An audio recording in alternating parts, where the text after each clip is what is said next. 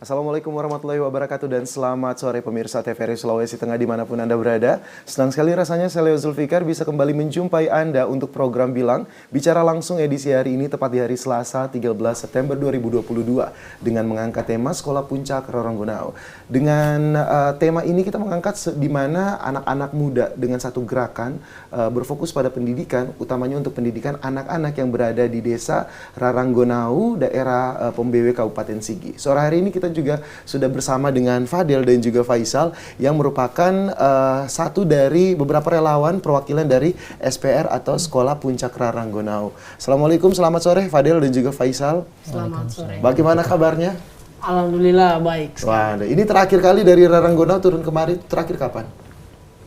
Kurang lebih 1 bulan yang lalu. 1 bulan yang lalu ya. Dan berbicara mengenai Sekolah Puncak Raranggonau ini adalah salah satu, kata tadi Fadel bilang ini adalah gerakan. Bisa dijelaskan kepada kita mengenai apa sih yang melatar belakangi terbentuknya Sekolah Puncak Raranggonau di anak-anak yang ada di Kota Palu. Akhirnya dari sini ada ide untuk membuat beberapa gerakan dan juga membuat beberapa program untuk anak-anak yang berada di pedalaman Raranggonau. Silakan Fadel. Ya, terima kasih Kak Leo. Jadi saya sedikit mungkin bercerita tentang Raranggonau lebih dalam ya, karena kan sudah banyak di media-media kan. Betul. Nah, jadi saya lebih memperdalam terkait Raranggonau. Jadi Sekolah Puncak Raranggonau sendiri itu di orang-orang itu berpikir bahwa itu adalah sebuah komunitas atau organisasi. Iya. Tapi sebenarnya kita itu hanyalah sebuah gerakan. Makanya kita tidak punya namanya ada RT, tidak punya struktur organisasi, tidak ada ketua dan anggota dan lain sebagainya. Nah, itulah bedanya kita dengan apalagi komunitas. Jadi kita tidak punya struktur dan lain sebagainya itu. Makanya kita menyebutnya hanya sebuah gerakan.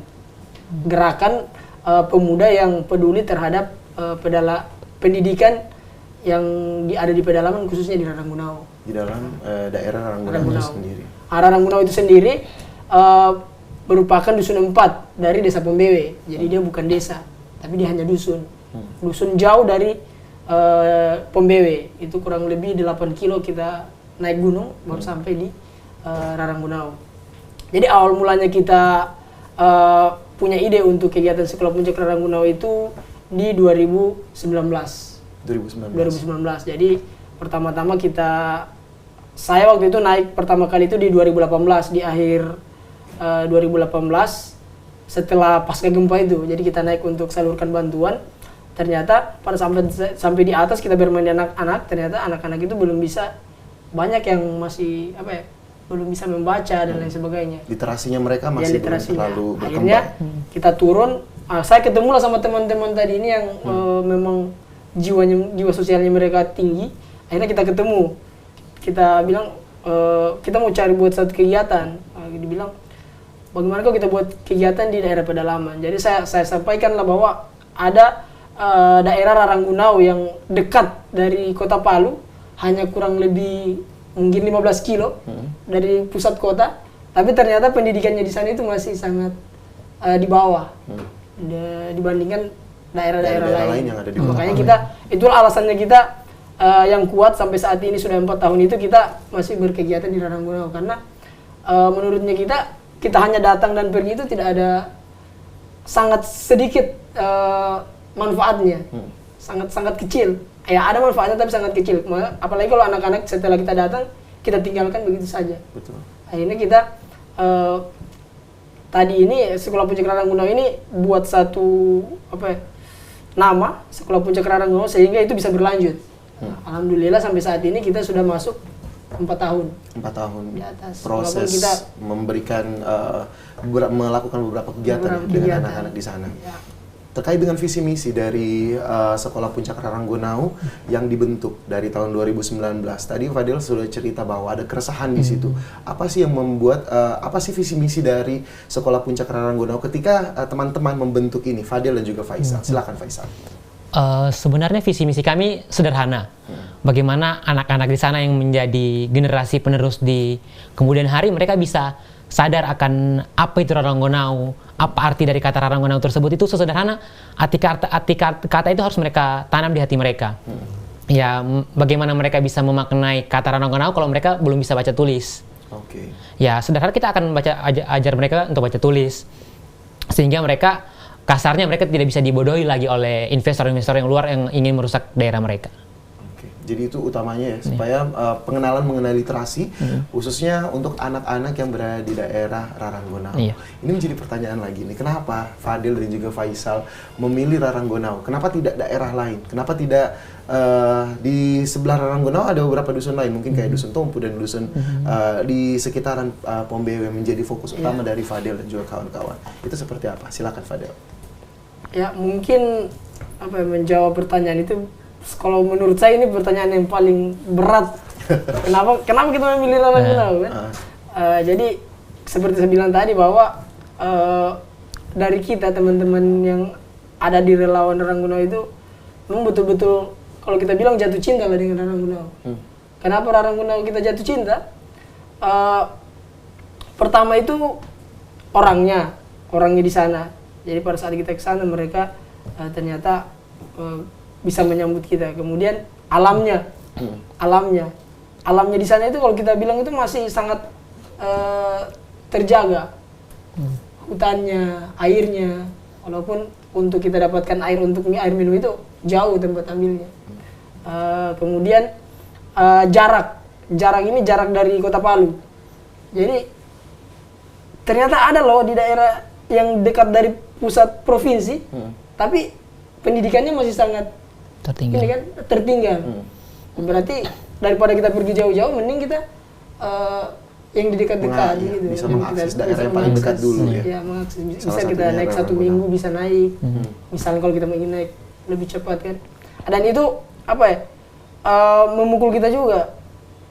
Kenapa dekat sekali tapi sekolahnya tidak aktif? Di sana kan ada sekolah negeri kan, SD SMP.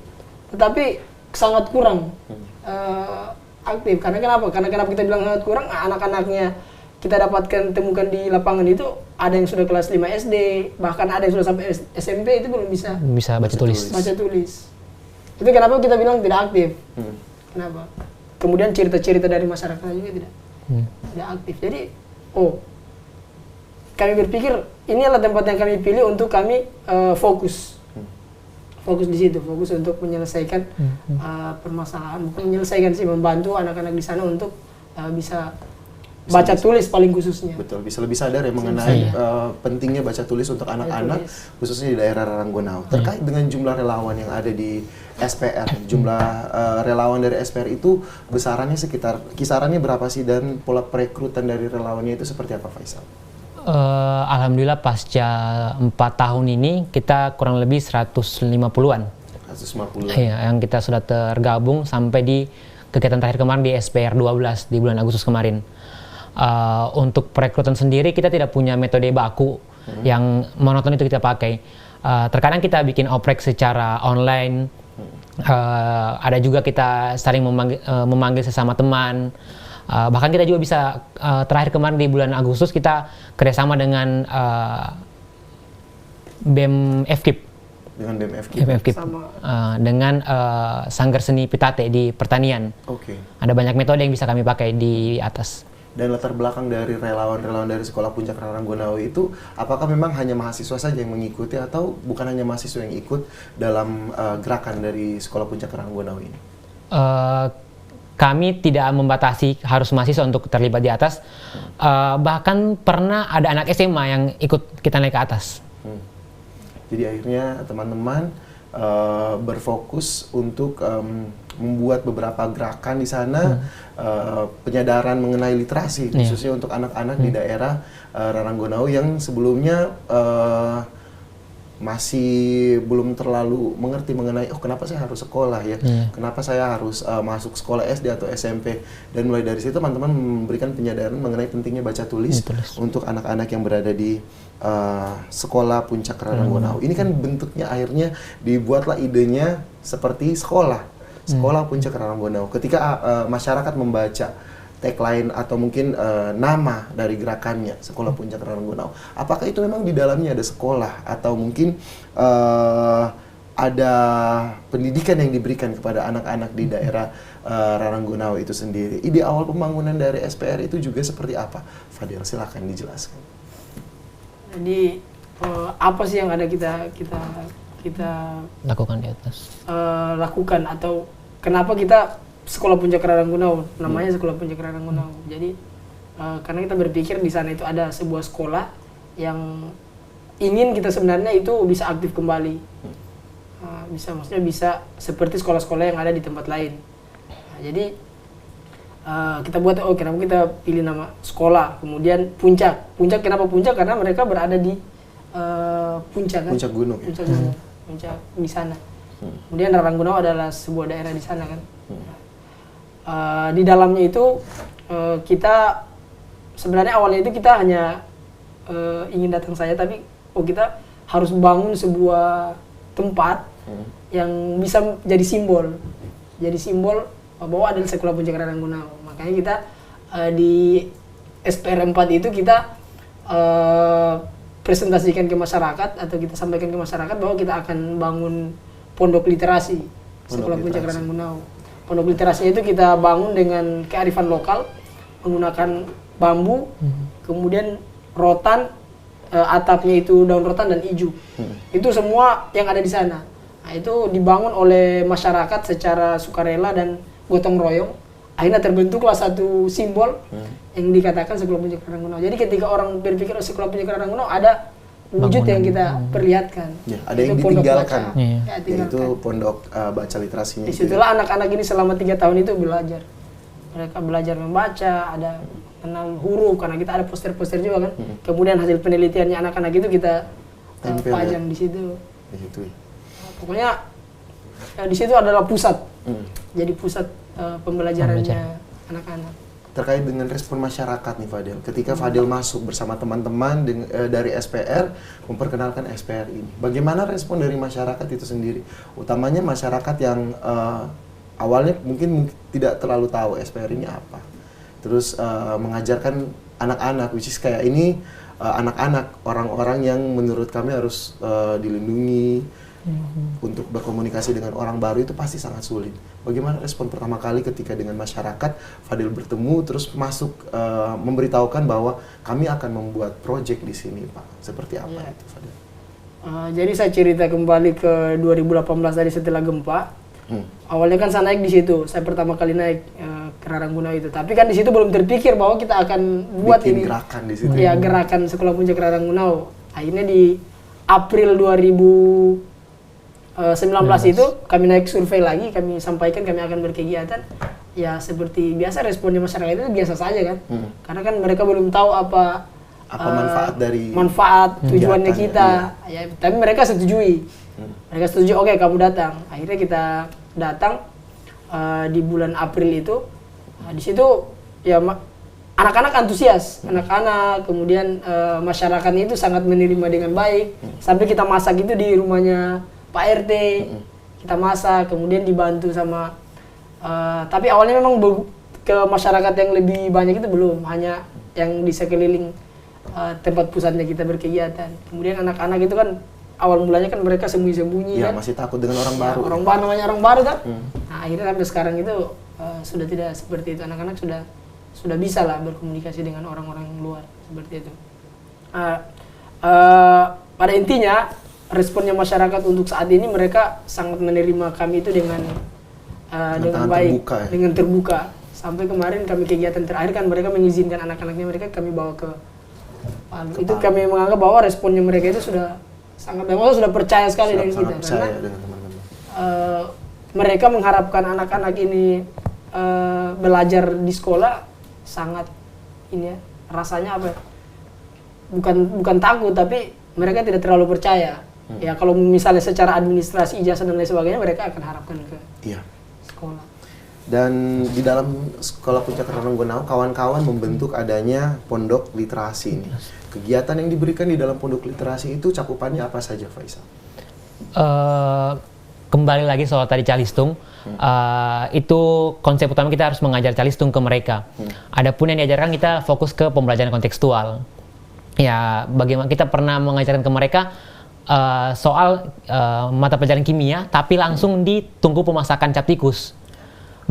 Bagaimana anak-anak itu paham apa itu kimia, apa itu penguapan, apa itu pemanasan dan segala macamnya, langsung di tempat yang mereka bisa lihat tanpa menghayal. Ada juga kita langsung anak-anak suruh tangkap kupu-kupu untuk diawetkan. Pernah juga kita suruh anak-anak kumpul semua mata air yang ada di sana.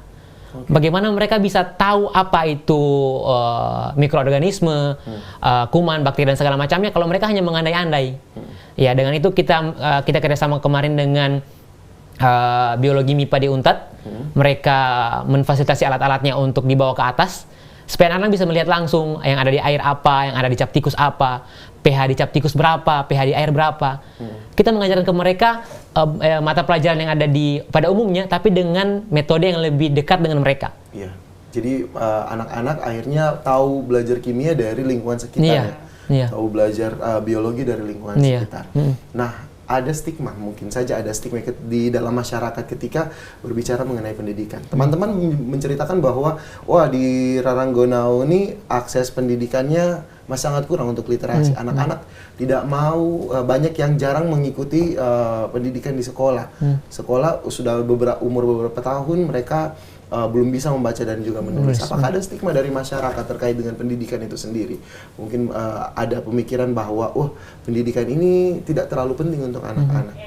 Atau ada yang membuat mereka tidak nyaman untuk memasuki akses pendidikan itu sendiri. Itu seperti apa, Faisal? Bahkan kami pernah dengar cerita dari masyarakat, sekolah itu disegel.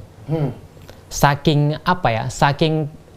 pesimisnya mereka masyarakat mungkin dengan sistem pendidikan di atas. Kayak sebulan itu ya syukur-syukur tiap Senin masuk. Ya bahkan masyarakat sudah pesimis akan sistem pendidikan di atas. Secara administrasi pun bahkan kita punya pemuda lokal di sana yang sudah secara umur dia sudah bisa kuliah, tapi dia tamat secara lisan, dia tamat SMP, tapi secara tertulis dia tidak ada. Itu menjadi apa ya? Mungkin secara formalitas itu dibutuhkan, tapi masyarakat butuh yang namanya kehadiran sosok guru di sana. Beberapa kali kami juga tidak bisa buat apa-apa dengan di segelnya sekolah. Tapi dengan itu menjadi tantangan di kami juga. Dengan sekolah di segel berarti kami harus buat wadah baru supaya orang tua ini punya pemikiran baru lah bahwa sekolah itu seperti ini sebenarnya. Pendidikan itu seperti ini sebenarnya, tidak hanya sekedar ada ijazah, tidak hanya sekedar datang ke sekolah pagi dan segala macamnya. Kami ingin menyadarkan, membuat bahwa ini loh sekolah sebenarnya, bahwa ini loh pendidikan sebenarnya. Sesederhana mereka memahami lingkungannya, sederhana mereka memahami bagaimana batipa dan segala macamnya, itu definisi pendidikan yang kita ajarkan ke masyarakat di atas. Jadi memberikan perspektif baru mengenai pendidikan untuk masyarakat yang ada di Raranggonau. Ketika mereka berpikir bahwa pendidikan di sana mereka punya cara lain untuk melihat pendidikan. Dan teman-teman melihat gap ini, kemudian memasuki bagaimana sih caranya anak-anak ini bisa tetap mengenyam pendidikan walaupun aksesnya saat ini sudah sangat susah. Salah satunya adalah isu penyegelan yang ada di daerah tersebut ya. Dan pemirsa TVRI, sesaat lagi kita masih akan kembali setelah jeda pariwara berikut. Dan setelah jeda pariwara berikut kami akan memberikan sedikit cuplikan terkait dengan kegiatan yang dilaksanakan oleh kawan-kawan dari Sekolah Puncak Raranggonau. Namun setelah jeda pariwara berikut ini, tetaplah bersama kami.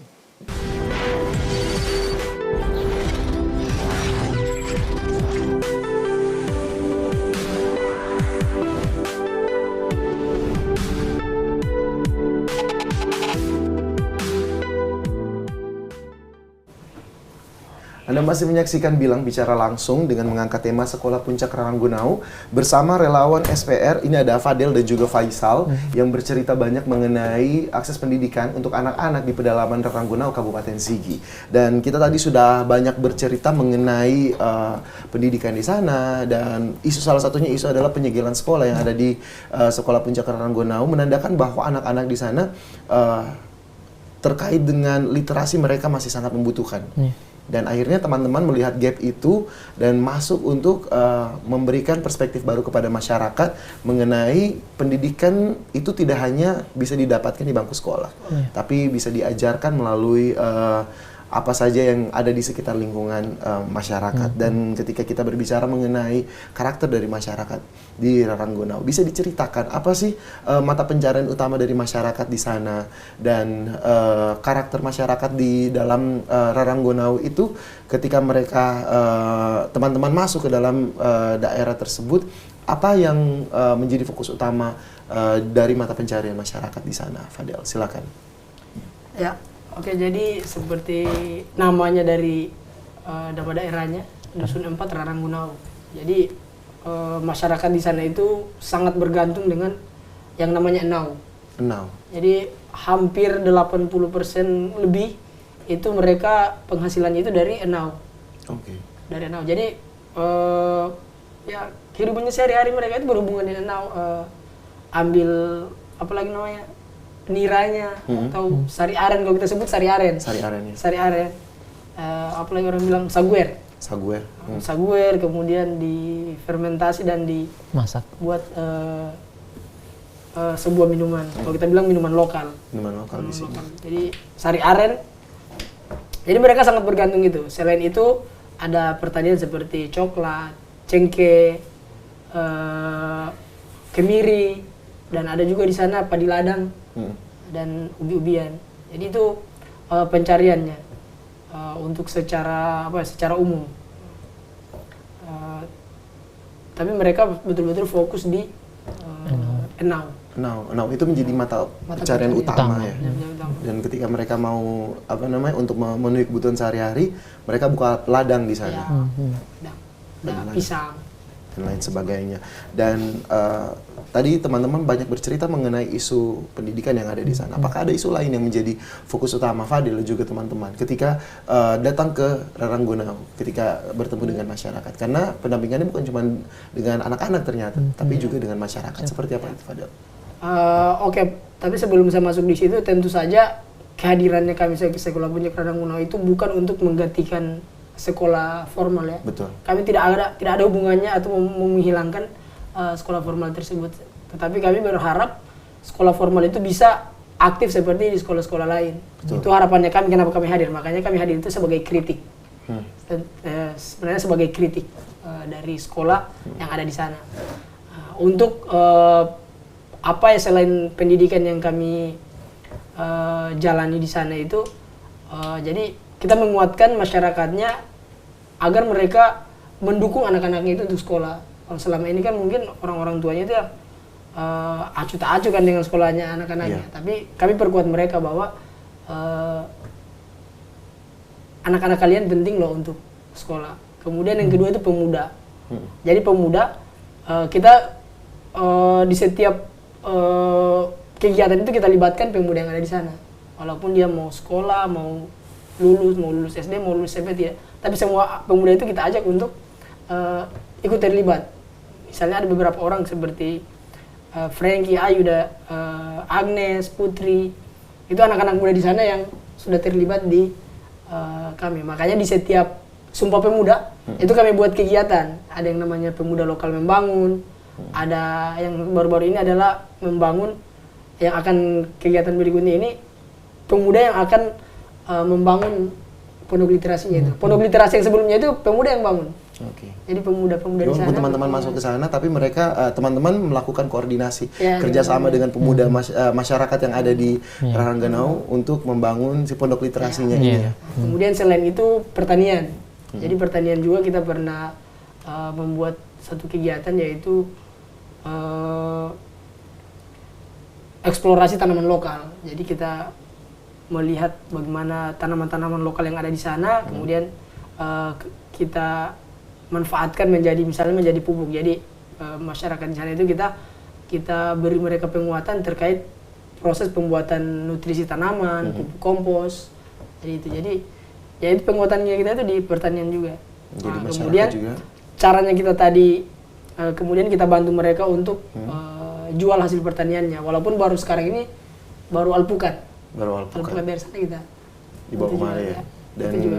akhirnya masyarakat dengan adanya kawan-kawan akhirnya bisa lebih semangat ya menggarap kebun dan juga ladang yang ada di daerah masing-masing karena teman-teman juga sudah memperkenalkan salah satunya adalah pupuk ya. Pentingnya penggunaan pupuk pada saat menanam tanaman di sana. Dan di sana masyarakat diajar juga untuk membuat pupuk. Ya, Bu. Jadi semuanya mereka di sana akhirnya bisa tahu. Iya. Dan pemirsa TVRI Sulawesi Tengah mungkin banyak yang penasaran dengan kegiatan yang dilaksanakan oleh kawan-kawan dari SPR atau Sekolah Puncak Raranggonau terkait dengan pendampingan anak-anak yang ada di daerah Raranggonau, Kabupaten Sigi. Untuk itu kami akan memberikan beberapa cuplikan terkait dengan video kegiatan dari anak-anak yang berada di daerah Raranggonau, Kabupaten Sigi. Berikut cuplikannya kami hadirkan untuk Anda. Kalau banjir itu ada beberapa penyebab banjir, di antaranya Sekolah Puncak Raranggonau itu adalah sebuah gerakan yang diinisiasi oleh pemuda-pemuda yang mau terlibat di Dusun Raranggonau yang ada di Desa Pembewe 2019. Jadi kita berpikir bahwa untuk kayaknya ada sesuatu hal yang harus kita lakukan di Raranggonau karena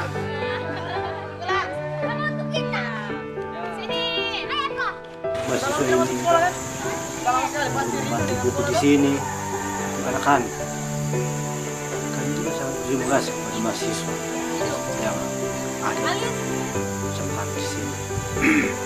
rata-rata anaknya itu yang sudah besar-besar itu belum bisa membaca, menulis. Kita masih setia untuk beraktivitas di sini walaupun di kondisi sekarang ini, kondisi COVID ini kan banyak tantangan-tantangan yang kita hadapi. Salah satunya itu adalah kurangnya partisipasi dari anak-anak, diakibatkan mereka mungkin takut untuk bertemu dengan kakak-kakak yang berasal dari Kota Palu. sangat banyak kan namamu. Demi, oh I know. Kalau pakai bahasanya mereka merasa lebih dekat. SMA, sama.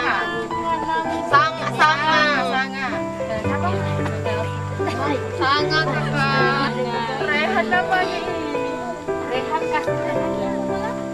Palu, makanya kondisi sekarang itu anak-anak itu sangat kurang. Tapi kalau dulu awal-awal kita kesini itu anak-anak itu sangat banyak. Kurang lebih ada 40-50 anak. Jadi kita sekarang itu sudah hampir 2 tahun. Insya Allah di April nanti itu akan 2 tahun Sekolah Puncak Raranggonau. Perhatian, siap. Perhatian, siap.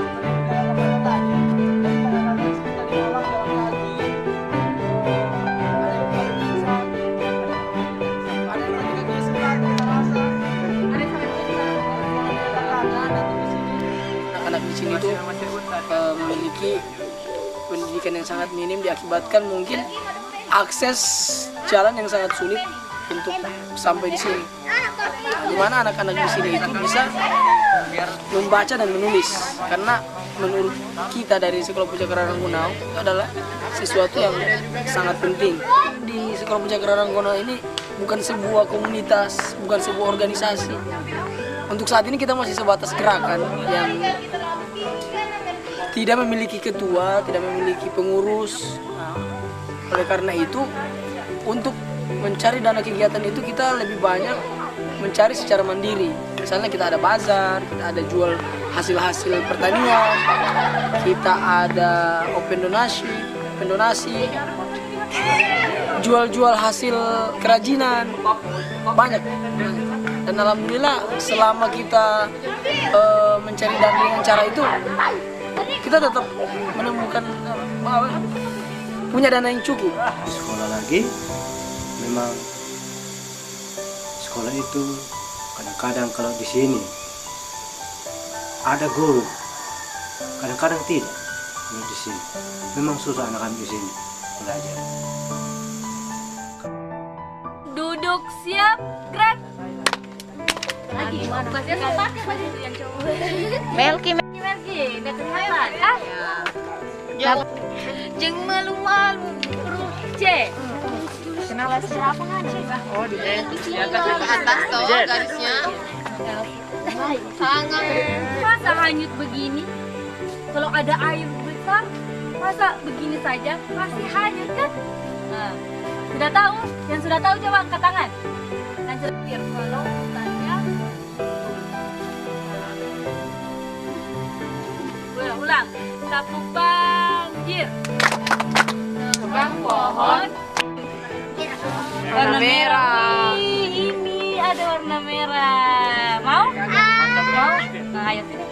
Ayo maju. Maju ya. Maju biar dilihat temannya. Oh, ternyata Melki dapat. Bilang apa Melki? Iya. Itu dia sekilas cuplikan dari kawan-kawan sahabat Puncak Raranggonau dengan aktivitasnya ya tadi itu bisa diceritakan itu mengenai mengajar anak-anak ya yang ada di daerah Raranggonau terkait baca tulis ya. Dan ada beberapa testimoni juga dari kepala dusun terkait dengan pelaksanaan kegiatan yang kawan-kawan laksanakan. Dan terkait dengan SPR sendiri, apa sih kegiatan terakhir yang dilaksanakan dari Sekolah Puncak Raranggonau? Silakan Faisal untuk menjawab.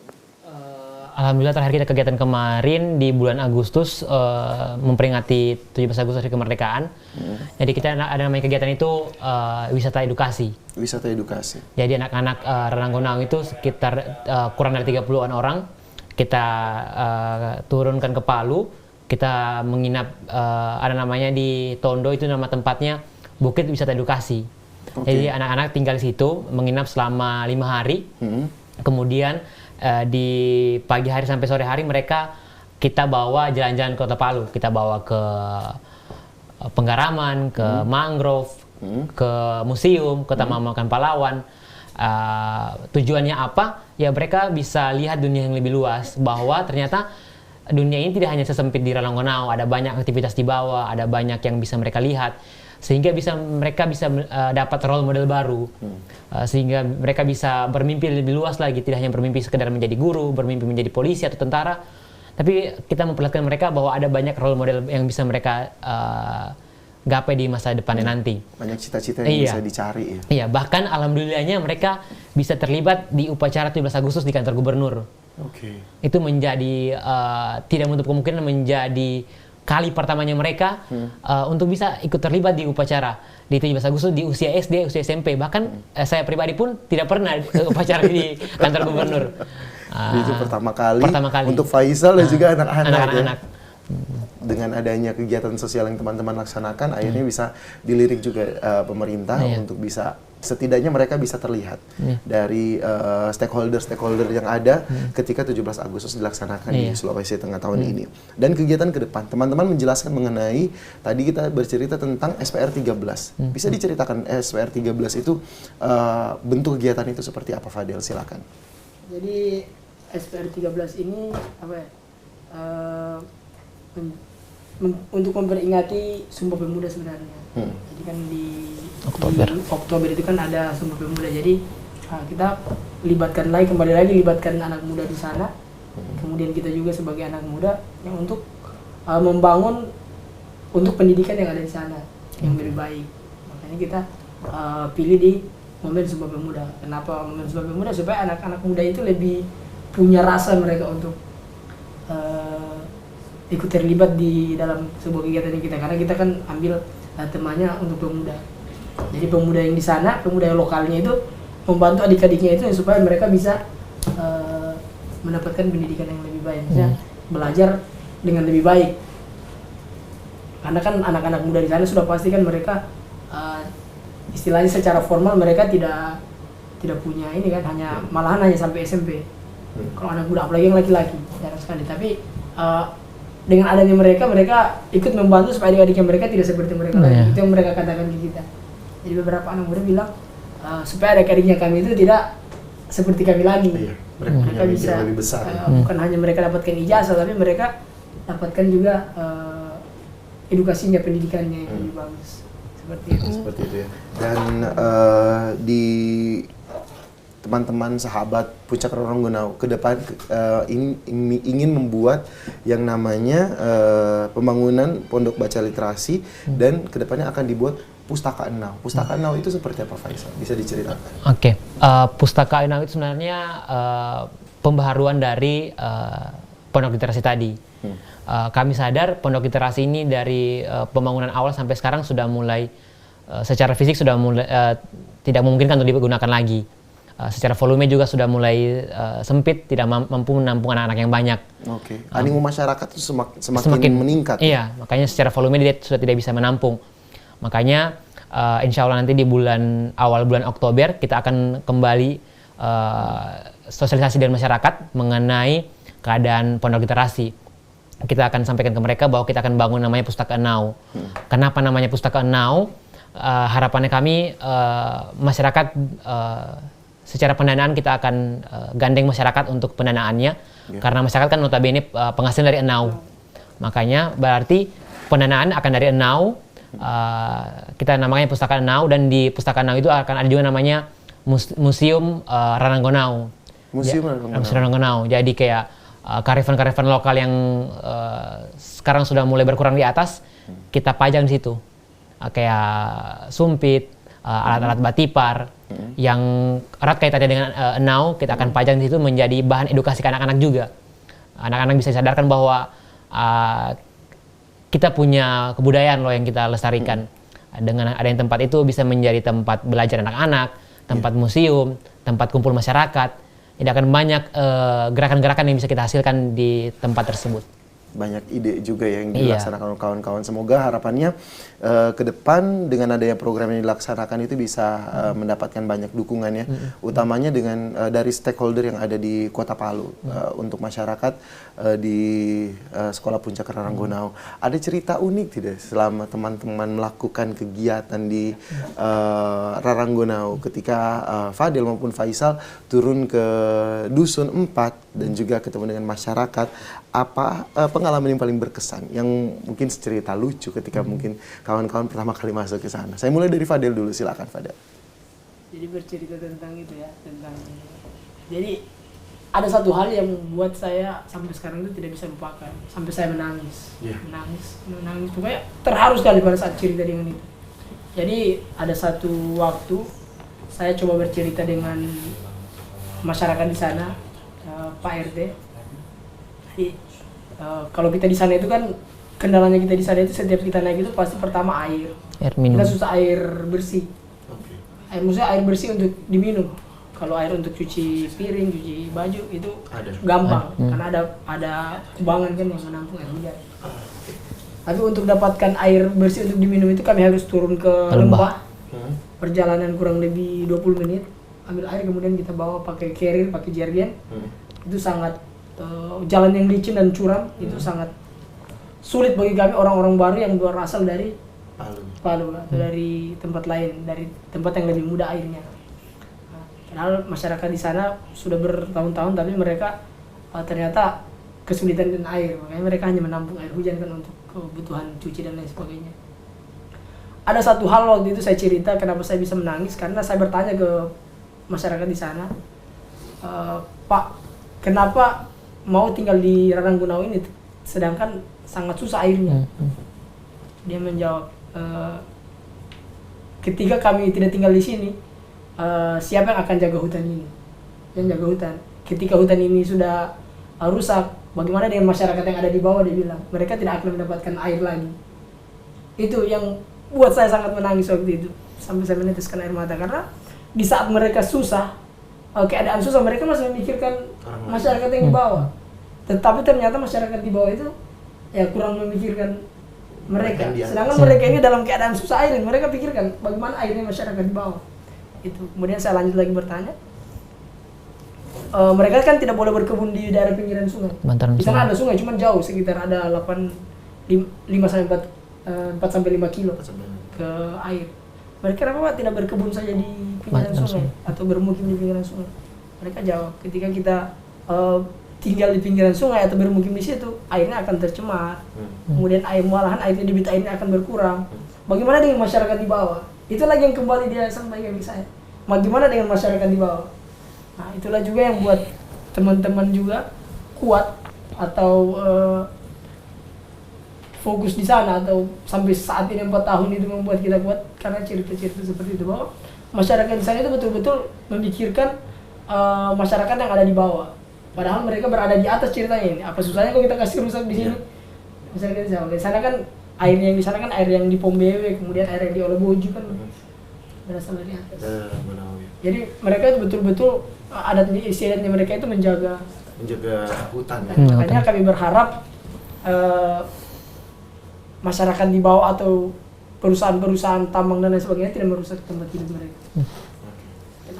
Dan ini cerita yang sangat luar biasa ya dari Fadel, dan juga bisa menjadi pengingat juga kepada kita masyarakat yang ada di Sulawesi Tengah, utamanya untuk bagaimana bisa menjaga lingkungan kita, apalagi daerah Sulawesi Tengah juga posisinya sangat dekat dengan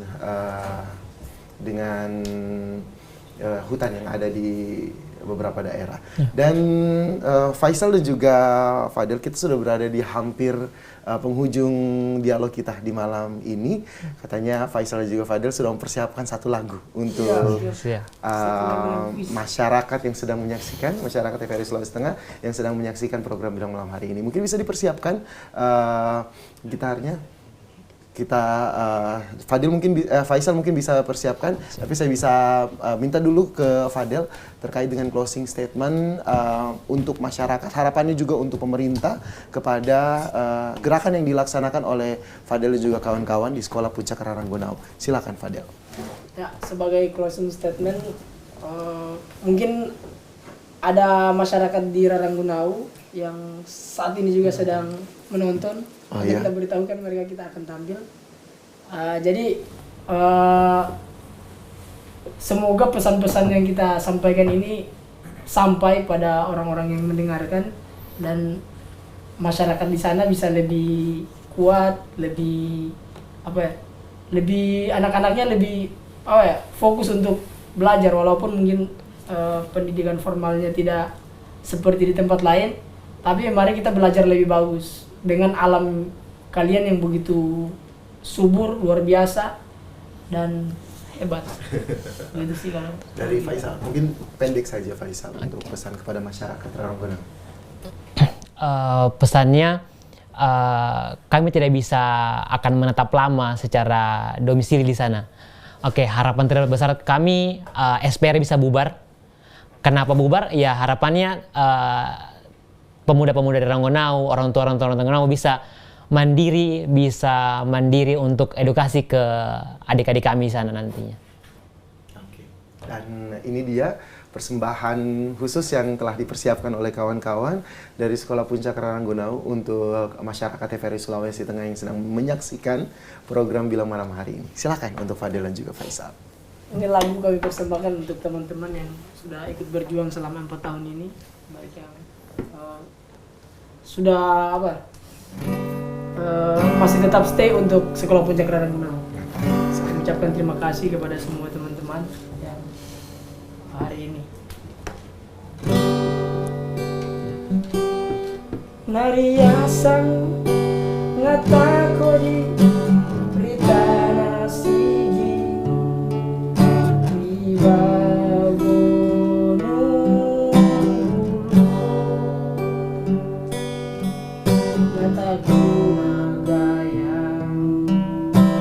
guna sugi datang toreang ada nara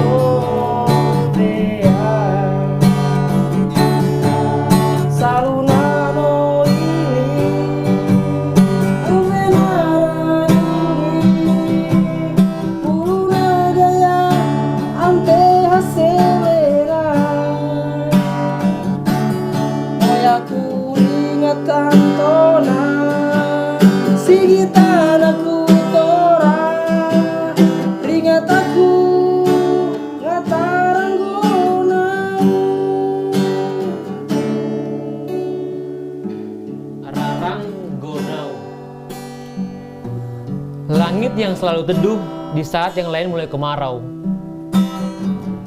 Air yang masih selalu segar di saat yang lain mulai payau. Udara yang masih saya tentram di saat polusi kota semakin tak terhalau. Tanah, manusia, dan ekosistemnya yang bergantung pada Enau. Saat kami balita, kami pikir itu awal cerita. Beranjak remaja, kami begitu sulit untuk berbahasa. Kemudian dewasa, kami hampir putus asa. Sampai pada usia senja, kami baru saja mulai mengeja. Namun, di saat kami hampir mati, kami akan tak takut lagi. Karena sejengkal tanah leluhur kami tak akan kami tinggalkan walau sesenti. Selalu nano ili umenaran indi bulu nagaya ante haselena moya kuri tantona sigitan aku tora ringat aku ngatara ranggona. Luar biasa. Mantap ya. Terima kasih banyak untuk sajiannya malam hari ini, dan juga saya yakin masyarakat di Ranggono juga sangat bangga sudah diperkenalkan daerahnya kepada masyarakat TVRI Sulawesi Tengah malam hari ini, dan kita juga sudah berada di penghujung program untuk bicara langsung edisi hari ini. Terima kasih banyak untuk Faisal dan juga Fadel, dan terus saksikan program Bilang Bicara Langsung setiap hari Selasa, Rabu, dan Jumat di pukul 6 hingga pukul 7 waktu Indonesia Tengah. Dan saya Leo Zulfikar mewakili seluruh kerabat kerja yang bertugas harus pamit undur diri. Wassalamualaikum warahmatullahi wabarakatuh. Selamat malam dan sampai jumpa.